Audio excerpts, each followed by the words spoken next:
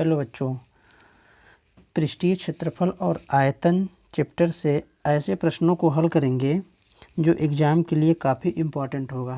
तो देखते हैं प्रश्नों को। तो देखिए बच्चों, पहला क्वेश्चन कह रहा है कि दो घनों जिनमें से प्रत्येक का आयतन 64 सेंटीमीटर क्यूब है के संलग्न फलकों को मिलाकर एक ठोस बनाया जाता है, जिससे प्राप्त घनाभ का पृष्ठीय क्षेत्रफल ज्ञात कीजिए। तो देखिए, इसमें से दो घन हैं। मान लेते हैं एक घन हमारा है यहाँ पे ये, और इसी में एक घन को और जोड़ दिया जाता है। ठीक है। अब देखिए, जिसकी कह रहा है आयतन, तो घन का आयतन कितना दिया है? घन का आयतन बराबर दिया है 64 सेंटीमीटर क्यूब। ठीक है। अब देखिए, तो घन का आयतन होता है, यहाँ पर लिखेंगे भुजा का क्यूब। ठीक है। अब देखिए, घन का आयतन दिया है 64 बराबर भुजा का क्यूब। ये बराबर किधर जाएगा तो रूट लग जाएगा और करनी पे 3 आ जाएगा। 64 बराबर भुजा, तो 3 4 इंटू 4 इंटू 4 बराबर भुजा। ठीक है। यहाँ पे रूट के ऊपर 3 लिखा है, तो यहाँ पे 3 संख्याओं का जोड़ा बनेगा। इसमें देखिए 1 4 बाहर आ जाएगा बराबर भुजा। तो भुजा बराबर हमारा कितना आ गया? 4 सेंटीमीटर। ऐसे लिखेंगे भुजा बराबर 4 सेंटीमीटर। अब कह रहा है देखिए कि दोनों घनों को मिलाकर एक ठोस बनाया गया प्राप्त घनाभ का पृष्ठीय क्षेत्रफल। तो देखिए, जब इसको हम ठोस बनाएंगे, एक घन, दोनों घन को मिला के एक घनाभ बनाएंगे, तो देखिए यहाँ से यहाँ की दूरी 4, इस घन की यहाँ से यहाँ की दूरी 4, और इस घन की भी यहाँ से यहाँ की दूरी 4। ठीक है। तो अब देखिए, जो हमारा घनाभ बनेगा, तो घनाभ यहाँ बनेगा, तो घनाभ की जो लंबाई होगी वो होगी 4 + के 4 बराबर 8 सेंटीमीटर, और जो चौड़ाई होगी वो होगी हमारी 4 सेंटीमीटर। ठीक है, 4 सेंटीमीटर, और जो ऊंचाई होगी, ऊंचाई भी होगी 4 सेंटीमीटर। ठीक है। अब लिखेंगे घनाभ का पृष्ठीय क्षेत्रफल। घनाभ का पृष्ठीय क्षेत्रफल बराबर होता है 2 लंबाई गुणित चौड़ाई प्लस चौड़ाई गुणित ऊंचाई प्लस ऊंचाई गुणित लंबाई। ठीक है। बस इस पे मान रख देंगे। देखिए 2, लंबाई का मान कितना दिया है? 8, चौड़ाई का मान 4, प्लस चौड़ाई का मान दिया है यहाँ पे 4, ऊंचाई का मान दिया है 4, प्लस ऊंचाई का मान दिया है 4, इंटू लंबाई का मान दिया है 8। ठीक है। देखिए बच्चों, 8 चौक 32, 4 चौक 16 और 8 चौक 32 जोड़िए तो होगा 2 6 2 8 2 10 3 1 4 4 3 7 1 8। तो यहाँ पे हो जाएगा 80 दूना 160 क्षेत्रफल है, तो यहाँ पर आएगा सेमी स्क्वायर। यही हमारा क्या हो गया? आंसर। देखिए अगला प्रश्न।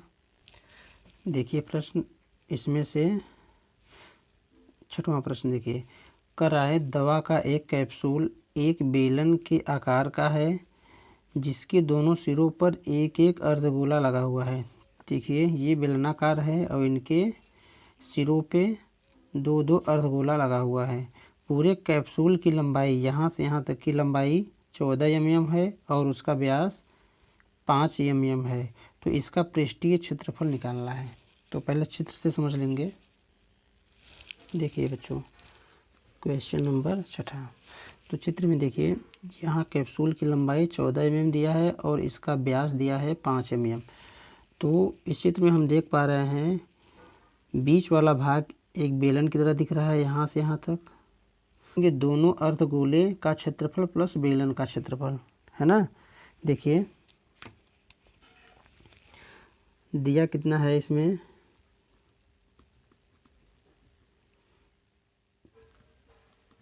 कैप्सूल की लंबाई बराबर 14 mm, ठीक है, और इसका जो व्यास दिया है 5 mm। देखिए व्यास यहाँ तक दिया है। अब ये जो हमारा अर्धगोला है इसमें से हम अगर त्रिज्या निकालेंगे तो क्या हो जाएगा, इसका आधा हो जाएगा। तो यहाँ पे निकालेंगे त्रिज्या बराबर होगा 5/2 mm, ठीक है। और ये किसकी त्रिज्या, कैप्सूल की, यहाँ पे लिखेंगे कैप्सूल की जो त्रिज्या निकलेगी हमारी कितना आएगा, 5/2 mm, ठीक है। अब देखिए 5/2 mm मतलब यहाँ से यहाँ तक की दूरी कितना है हमारा, 5/2 या 2.5 mm, और यहाँ से भी यहाँ की दूरी कितनी है हमारा 2.5 mm। अब यहाँ पे अगर हम देखेंगे तो जब हमारा 2 अर्धगोला निकल जाएगा तो यहाँ पे बचेगा कौन सा भाग, बेलन बचेगा। तो यहाँ से और यहाँ से जो हमारा बेलन बचेगा इसकी लंबाई कितनी होगी, तो लिखेंगे बेलन की लंबाई। बेलन बच्चों इसलिए हम इसको बोल रहे हैं क्योंकि ये बेलन के आकार का दिख रहा है हमारा कैप्सूल, ठीक है। यहाँ पे लिख लेंगे कैप्सूल, है ना, कोष्ठक में लिख देते हैं कैप्सूल। बेलन की लंबाई कितना हो जाएगा हमारा, 2.5 इधर से 2.5 इधर से, तो क्या लिखेंगे 14 - 2 × 2.5, तो 14 - 5 बराबर 9 mm, ठीक है। जो ये दूरी आएगा हमारा 9 mm। अब देखिए अब यहाँ पे हमको निकालना है कि कैप्सूल का, देखिए क्या कहा था, पृष्ठीय क्षेत्रफल। तो यहाँ निकालेंगे जब हम पृष्ठीय क्षेत्रफल तो होगा क्या, लिखेंगे कैप्सूल का पृष्ठीय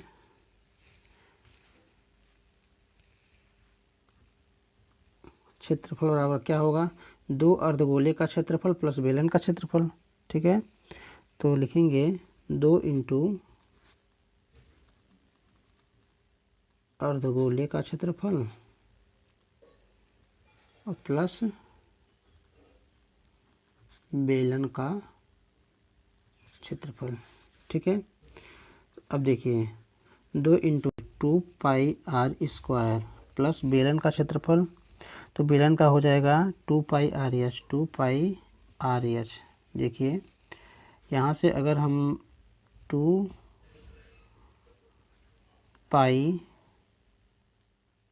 कॉमन ले लेंगे तो हमारा क्या बचेगा, यहाँ पे देखिए 2r प्लस और EH, है ना। अब देखिए यहाँ पे मान रख दीजिए, तो 2 × 22/7 गुणित त्रिज्या हमारा कितना दिया है, तो त्रिज्या हमारा कितना है 5/2, 2 × 5/2 प्लस के ऊंचाई कितना दिया है हमारा, कैप्सूल का ऊंचाई कितना है हमारा, ये 5 mm, ठीक है। सॉरी ये ऊंचाई होगा, बेलन की ऊंचाई ये होगी 9 mm, है ना। देखिए तो 2 से 2 कैंसिल, 22 ×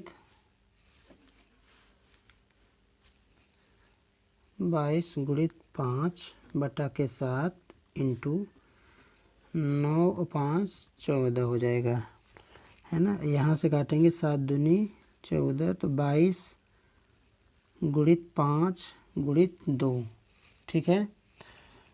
इसके बाद देखिए हम गुणा करेंगे तो 5 दूनी 10, 5 दूनी 10, 1 11 इंटू 2, तो हमारा क्या आ जाएगा 220 पृष्ठीय क्षेत्रफल है, तो ये होगा यम में आया है तो यम स्क्वायर।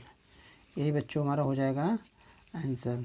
देखिए अगला प्रश्न, देखिए बच्चों क्वेश्चन नंबर 7वां कह रहा है कोई तंबू एक बेलन के आकार का है जिस पर एक शंकु अध्यारोपित है। यदि बेलनाकार भाग की ऊंचाई और व्यास क्रमशः 2.1 मीटर और 4 मीटर दिया है तथा शंकु की तिर्यक ऊंचाई 2.8 मीटर है, तो इस तंबू को बनाने में प्रयुक्त कैनवास है ना, कैनवास का क्षेत्रफल ज्ञात कीजिए। साथ ही 500 मीटर प्रति स्क्वायर की दर से इसमें प्रयुक्त कैनवास की लागत ज्ञात कीजिए। तो देखिए पहले चित्र को बना लेते हैं। तो देखिए बच्चों एक बेलनाकार तंबू है, इस पर शंकु, इसके ऊपरी भाग पे शंकु अध्यारोपित है, ठीक है। और दिया क्या है, बेलनाकार भाग की ऊंचाई, तो यहाँ से यहाँ पे डैश कर लेंगे, यहाँ की जो ऊंचाई है दिया है 2.1 मीटर, ठीक है। भाग और व्यास, जो इसका व्यास दिया है तो यहाँ से यहाँ तक की दूरी 4 मीटर दिया है, तो ये दूरी क्या हो जाएगा 2 मीटर, यहाँ से यहाँ की दूरी, ठीक है। और कह रहा है तथा शंकु की तिर्यक ऊंचाई 2.8 मीटर, तो ये जो हमारी जो शंकु है इसकी ऊंचाई दिया है 2.8 मीटर, ठीक है। तो कह रहा है कि प्रयुक्त कैनवास का क्षेत्रफल, जो ये पूरे भाग का क्षेत्रफल होगा, तो हम इसमें कहेंगे क्या कि बेलन का क्षेत्रफल प्लस ये ऊपर का भाग शंकु का क्षेत्रफल, दोनों को जोड़ लेंगे पूरे कैनवास का क्षेत्रफल आ जाएगा। तो देखिए लिखेंगे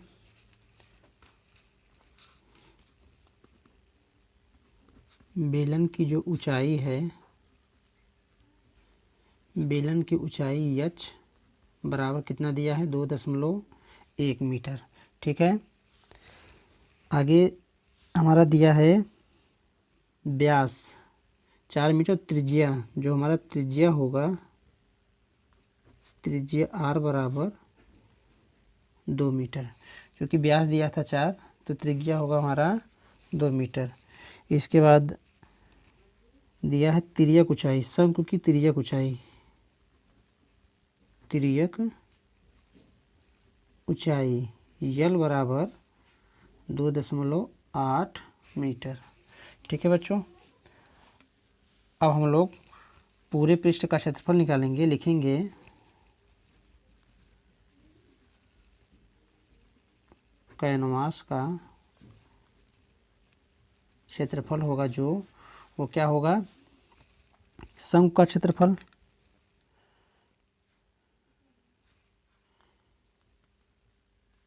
शंकु का क्षेत्रफल प्लस बेलन का क्षेत्रफल,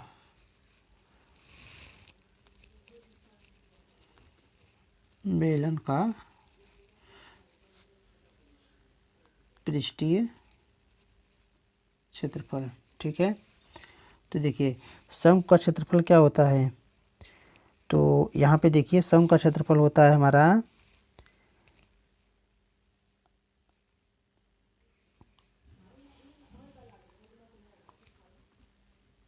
पाई आर एल प्लस बेलन का क्षेत्रफल होता है 2 पाई आर एच, 2 पाई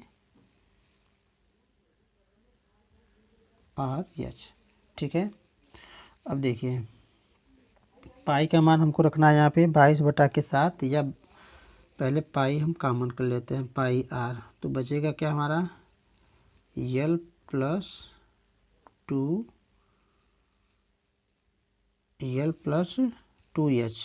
ऐसे, ठीक है। अब देखिए पाई का मान अभी नहीं रखेंगे, आर का मान हमारा कितना है 2, यल का मान है 2.8 यहाँ पे दे रखा है, देखिए यल का मान हमारा यहाँ पे है, प्लस 2 इंटू एच का मान कितना दिया है 2.1, ठीक है। अब इसको हम जब हल करेंगे हम, तो होगा हमारा पाई इंटू 2 2.8 प्लस 2.8 प्लस ये गुणा होगा तो 4.2 हो जाएगा। ठीक है, पाई इंटू 2, 8 2 10, 4 2 6, 1 7, तो हमारा ये आएगा। ठीक है, अब आगे देखिए, तो पाई का मान रख देते हैं 22/7 इंटू 7 दूनी 14, इसको काट देंगे तो 7 दूनी 14 बराबर हो गया हमारा कितना, हाँ 7 दूनी 14, 22 दूना 22 इंटू 2 बराबर 44 क्षेत्रफल में है तो हो जाएगा हमारा वर्ग मीटर। यही हो जाएगा हमारा आंसर बच्चों। आगे देखिए, क्वेश्चन में कहा था कि 1 मीटर स्क्वायर का जो खर्च आ रहा है 500 रुपया, तो यहाँ पे लिखेंगे 1 मीटर स्क्वायर का जो खर्च है वो है 500 रुपया, तो 44 वर्ग मीटर जो मीटर का जो खर्च होगा वो होगा हमारा कितना, 44 इंटू 500, है ना। तो ये आएगा हमारा 0 0 और 5 चौक 20, 5 चौक 20, 2 22, इतना रुपया। ठीक है, चलिए देखिए अगला प्रश्न। देखिए बच्चों, इसमें से ये क्वेश्चन काफ़ी इम्पोर्टेंट क्वेश्चन है। देखिए क्वेश्चन कर रहा है कि एक किसान अपने खेत में बनी 10 मीटर व्यास वाली और 2 मीटर गहरी वाली एक बेलनाकार टंकी को आंतरिक व्यास 20 सेंटीमीटर वाले एक पाइप द्वारा एक नहर से जोड़ता है। यदि पाइप में पानी 3 किलोमीटर प्रति घंटा की चाल से बह रहा हो तो कितने समय बाद टंकी पूरी भर जाएगी। तो देखिए बच्चों, इसमें से ये क्वेश्चन कह रहा है एक किसान अपने खेत में बनी 10 मीटर व्यास वाली और 2 मीटर गहरी एक बेलनाकार टंकी को आंतरिक व्यास 20 सेंटीमीटर वाले एक पाइप द्वारा एक नहर से जोड़ता है। यदि पाइप में पानी 3 किलोमीटर प्रति घंटा, जो पानी है 3 किलोमीटर प्रति घंटा की चाल से बह रहा है तो कितने समय बाद टंकी पूरी भर जाएगी। तो देखिए जो क्वेश्चन नंबर 9 इसमें तो दिया क्या है, कह रहा है कि किसान अपने खेत में बनी 10 मीटर व्यास वाली ठीक है, और 2 मीटर गहरी एक बेलनाकार टंकी, तो व्यास कितना दिया है हमारा, व्यास दिया है 10 मीटर, तो त्रिज्या क्या हो जाएगा 10/2 बराबर 5 मीटर। ठीक है, तो ये जो हमारा त्रिज्या है ये हो गया कितना, ये यहाँ तक। ठीक है, 5 मीटर हो गया। आगे करा है कि 2 मीटर गहरी बेलनाकार टंकी, तो जो ये टंकी है इसकी गहराई है 2 मीटर। ठीक है, आगे कर रहा है कि आंतरिक व्यास 20 सेंटीमीटर वाला एक पाइप है। मान लेते हैं कोई पाइप है हमारा, यहाँ पे कोई पाइप है, इसका जो आंतरिक व्यास है पाइप का, है ना, यहाँ पे लिखेंगे पाइप का आंतरिक जो व्यास है, आंतरिक व्यास है 20 सेंटीमीटर, तो त्रिज्या क्या हो जाएगी 10 सेंटीमीटर या 0.1 मीटर। ठीक है, ये हुआ पाइप का, ये पाइप का भाग है और ये इस बेलनाकार टंकी का भाग है। आगे देखिए, कह रहा है कि यदि पाइप में पानी, तो जो पानी पाइप में जा रहा है, पानी की जो चाल है वो दिया है 3 किलोमीटर प्रति घंटा की चाल से पानी बह रहा है, तो ये कितने समय बाद यहाँ इस पाइप में से पानी जब निकलेगा, 3 किलोमीटर प्रति घंटा की चाल से पानी की स्पीड है, तो कितने समय बाद ये पूरी टंकी भर जाएगी। तो देखिए बच्चों, इसमें अब जो पानी पाइप में बह रहा है और ये पाइप हम देख पा रहे हैं ये भी है बेलन के आकार का, तो जो बेलन की ये लंबाई है इसको हम ऊंचाई मान लेंगे, ठीक है। तो अब निकलेगा कैसे, तो बेलन वाली पाइप से निकले पानी का जो हमारा क्या होगा, देखिए, है ना। तो जो इसका आयतन होगा इस आयतन के बराबर होगा, तभी तो पानी पूरा आएगा। तो लिखेंगे क्या, बेलन या बेलनाकार पाइप का आयतन बराबर बेलनाकार टंकी का आयतन, ठीक है। अब देखिए, तो जो बेलन का आयतन होता है वो क्या होता है, पाई आर स्क्वायर एच, और यहाँ पे टंकी का आयतन ये भी क्या होगा, पाई आर स्क्वायर एच। लेकिन एक बात ध्यान देने योग्य है कि यहाँ जो पाइप का त्रिज्या है वो उसको हम R1 मारेंगे क्योंकि अलग है, और यहाँ पे जो इसका त्रिज्या है ये भी अलग है, और देखिए इसकी ऊंचाई भी अलग है। तो यहाँ पे H1 और यहाँ पे H2, बस मान रखिए। तो पाई से पाई कैंसिल हो जाएगा, यहाँ पे R1 स्क्वायर, तो 0.1 का स्क्वायर इंटू इसकी ऊंचाई हमको निकालना है बराबर, आगे देखिए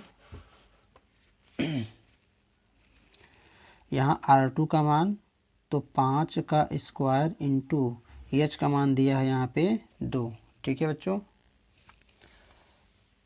अब देखिए इसका होगा 0.1 इंटू 0.1 इंटू H1 बराबर 25 इंटू 2। तो जब ये गुणा होगा 0.01 इंटू H1 बराबर 50, ठीक है। आगे इसको हम लिख सकते हैं, या देखिए ये इधर गुणा में है तो भाग में जाएगा, तो H1 बराबर हो जाएगा 50 गुणित 1/0.01। तो इसको हम लिखेंगे 50/0.01, या दशमलव 2 अंक पे है तो यहाँ पे 00 बढ़ जाएगा /1। तो सीधे सीधे हमारा क्या आ गया, 5000 H1 मीटर, 5000 मीटर ऊंचाई के हम क्या माने हैं, लंबाई, है ना। जो ये पाइप है बेलनाकार पाइप की जो लंबाई, इसको हमने ऊंचाई मान लिया है।